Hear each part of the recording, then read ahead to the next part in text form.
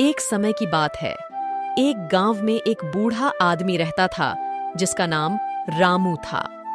रामू बहुत ही ईमानदार और समझदार आदमी था।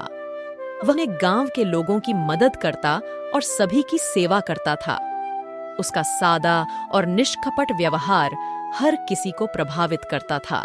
एक दिन रामू गांव के एक युवक से मिला। युवक बहुत अच्छे आदमी थे, लेकिन उनकी अच्छी आदतें अब दिखाई नहीं दे रही थीं। वे शराब पीने लगे थे और गांव के लोगों के साथ लड़ाई झगड़े करने लगे थे। रामू ने उनको समझाने की कोशिश की, लेकिन उनके शब्दों का कोई असर नहीं हुआ। युवक बस अपनी गलत राह पर चलने के लिए अधिक उत्सुक थे। फिर एक दिन गांव में बड़ा हादसा हो गया। एक दिन युवक गाड़ी चला रहे थे, लेकिन वे अपने ध्यान को सड़क पर नहीं रखे थे। वे गाड़ी का नियंत्रण खो दिया और एक बड़े पेड़ से टकरा गए। युवक गंभीर रूप से घायल हो गए और उन्हें अस्पताल में भर्ती कराया गया।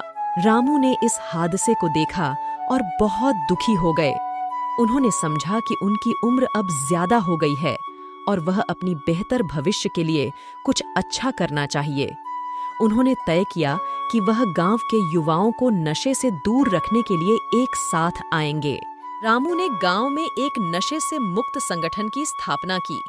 वह गांव के युवाओं को संगठित किया और उन्हें नशे से दूर रहने के लिए जागरूकता फैलाई।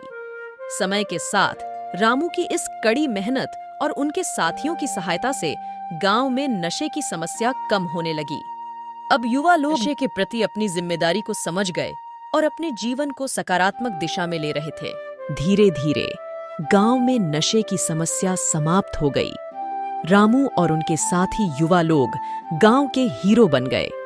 उनकी इस महान कार्यशीलता ने न केवल गांव को सुरक्षित बनाया, बल्कि उसने गांव के युवाओं को भी जागरूक किया।